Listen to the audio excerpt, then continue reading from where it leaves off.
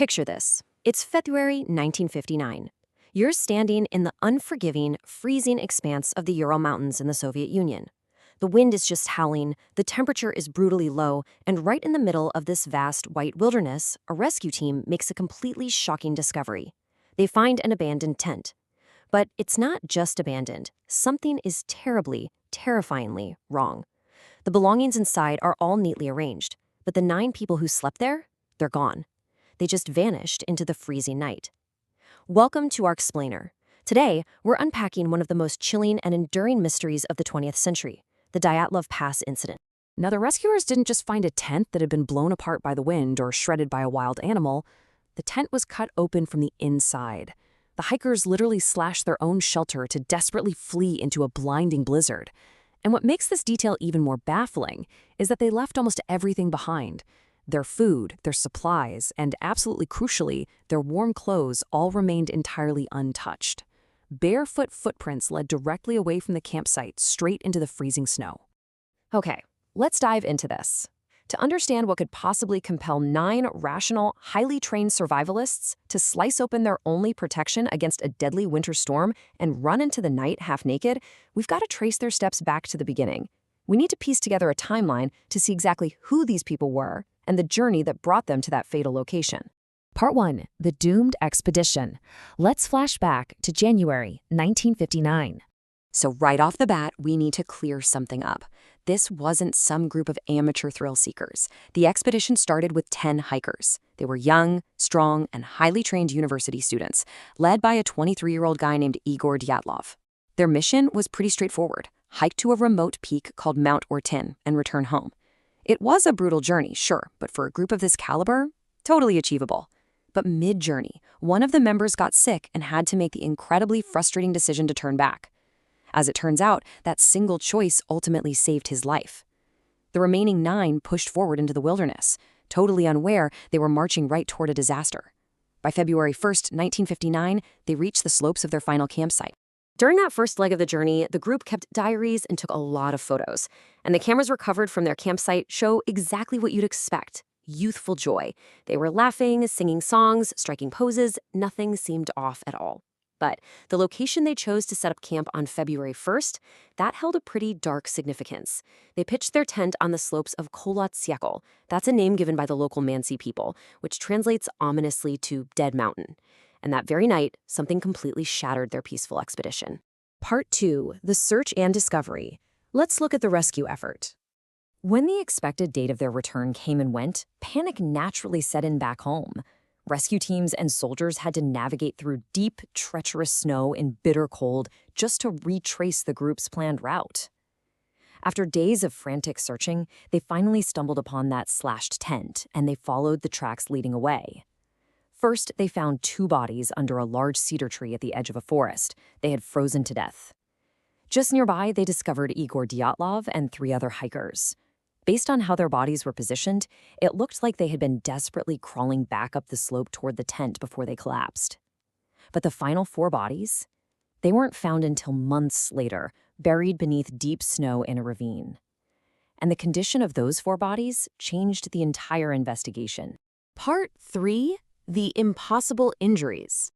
Now, what's really interesting about this slide is the sheer impossibility of the forensic evidence. You see, up until those last 4 bodies were found, investigators just assumed the group had succumbed to the cold. Tragic, but simple. But the autopsies of those final hikers revealed horrifying contradictions. On one hand, you have severe, unimaginable trauma.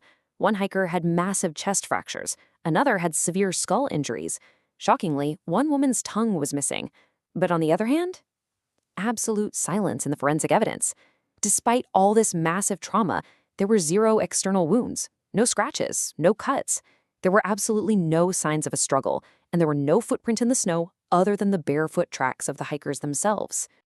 To put the sheer physical force of these internal injuries into perspective for you, the doctors who performed the autopsies actually went on record stating the damage was equivalent to the force of a car crash. Just think about that for a second. How does a human body sustain the internal impact of a high-speed vehicle collision out in the middle of a snowy wilderness, especially with absolutely no external attacker, no weapons, and no signs of a fight? Part 4. radiation, and rumors. If you can believe it, the case took an even stranger turn. Forensic experts actually discovered traces of radiation on some of the hikers' clothing. So let's recap. We're faced with impossible internal injuries, a slashed tent, missing body parts, and now radioactive material. Since official channels were providing zero logical answers, the public reaction was explosive. In the vacuum of a rational explanation, wild rumors spread like wildfire, and honestly, they persisted for decades. People speculated about secret Soviet military experiments gone wrong, others pointed to unnatural avalanches, more sensational theories blamed aliens, or even an attack by the legendary Yeti. But it's really crucial to understand that these weren't just campfire stories. These were genuine, desperate attempts by a bewildered public to make sense of a mystery that had absolutely no answers at the time. Part 5. The modern explanation. Let's move to and see how this builds when we bring in 21st century science.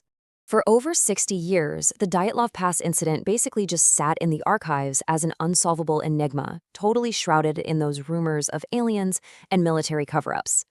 But science and technology rarely stand still. In 2020, Russian investigators officially reopened the case. This time, they used modern analytical tools that simply didn't exist back in 1959. And their clinical, scientific conclusion finally replaced the myth. The investigators determined that the tragic event was the result of a very specific, perfect storm of natural phenomena, a rare type of delayed avalanche combined with hurricane-force winds and instantly lethal freezing temperatures. This modern theory suggests a horrifying, rapid sequence of events. First, a small, incredibly rare slab avalanche suddenly struck the tent in the pitch dark. This caused severe crushing injuries to some of the hikers, which perfectly explains that car crash-like internal trauma. Believing a much larger avalanche was about to hit, the hikers panicked, slashed their way out, and ran for their lives. But once they were outside, hurricane-force winds completely disoriented the group in the darkness. Finally, the extreme freezing temperatures guaranteed they had almost zero chance of survival without their heavy gear. And the really compelling part? This entire sequence of events has since been rigorously supported by advanced computer simulations. Today, the mountain pass where this tragedy unfolded officially bears the name of the expedition's 23-year-old leader, Igor Dyatlov.